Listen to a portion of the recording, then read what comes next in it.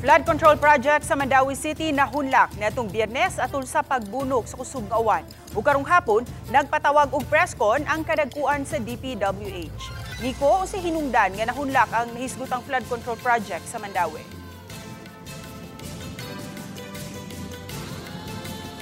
Yes, gipasabot sa ilang press conference karong hapon sa DPWH kung sa mga sirkumstansya nganong nahunlak kanong nibigay gyud kining maong flood control structure apan gipasabot nila nga pulido kining maong istruktura. Nibigay ang moabot sa 20 metros sa maong istruktura sakop na sa may sitio Lubang, Kasuntingan. Matod sa DPWH, wa damha ngang tubig nagikan sa likod nga bahin. Nisud sa parte nga wa pa natiwas ang riprap ug maoy gihimong agianan sa heavy equipment sa mga nagtrabaho sa dapit. Wala matud pa nagasugakod ang istruktura sa bulog sa tubig sa likod.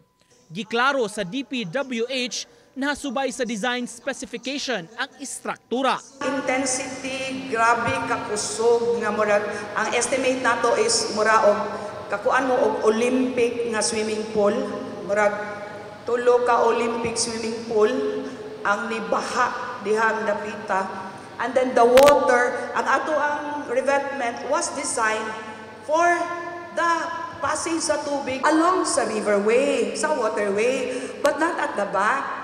Wa na mo na foresee. Mom dyan na ang main function niya, i-contain na to ang water within sa river.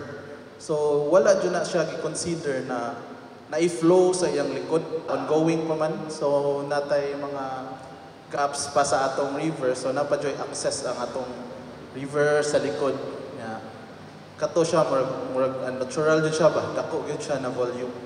So, moto siyang collapse. Laing gipasabot sa ahensya ang porma sa flood control structure sa Butuanon River, dunay stone masonry type ug dunay reinforced concrete. Yung secondary part or additional segment ay reinforced concrete wall. Yung initial, kung makikita nyo, parang riprap with concrete facing. Pasalig sa DPWH, gitrabaho na sa contractor ang na-damage nga portion. Ang maong parte sa proyekto nga Phase 4 sa flood control structure sa tibuok Butuanon River nagkantidad og 96 million pesos. Subsubsab ang monitoring sa tibok proyekto aron ipa-repair kung duna may danyos. Napangutana sab ang DPWH Regional Director sa estado sa mga flood control projects sa Sugbo ug sa rehiyon. Matud pa, dunay team nga gipasusi sa tibuok rehiyon nag-imbestigar pagtan-aw sa mga proyekto nga napatuman. Matud sa Regional Director, walay ghost projects sa DPWH dinhi sa rehiyon. Base ta ating naging investigation report po ng ating mga na-i-assign, no? Kino-consider po natin ito valid report po dahil wala naman ho tayong kino-consider na guni-guni po or ghost project para dito. Asahan nyo po, no?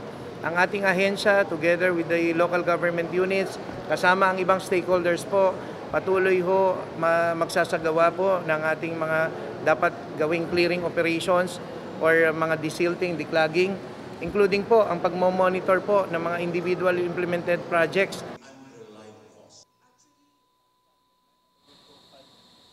Subay ni Cesab ang pag-awhag nila sa katawhan nga mopahibaw sa DPWH kung dunay ma-monitor o mabantayan sa mga proyekto sa lain-lain nga mga komunidad. Mopahibaw kanila aron sab nga kung ugaling dunay problema mahimuan nila kini og aksyon. Ses?